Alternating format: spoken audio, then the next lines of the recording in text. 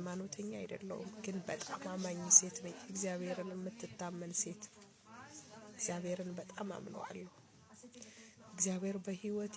ሁሌ ትክክል ነው እግዚአብሔር አምላኬን በጣም ወዳለሁና ለዛ ነው ከእግዚአብሔር ጋር ስለሆነ ህይወቴ የተጣበቀው ከምንጩ የተነሳ ነው ጠንካራ የሆንኩት እውነቱ ማለት ነው እና የናንተ ምንጭስ ምንድነው ምክንያቱም ዛሬ ያላችሁበትን ሁኔታ የሚወስነው ያላችሁበት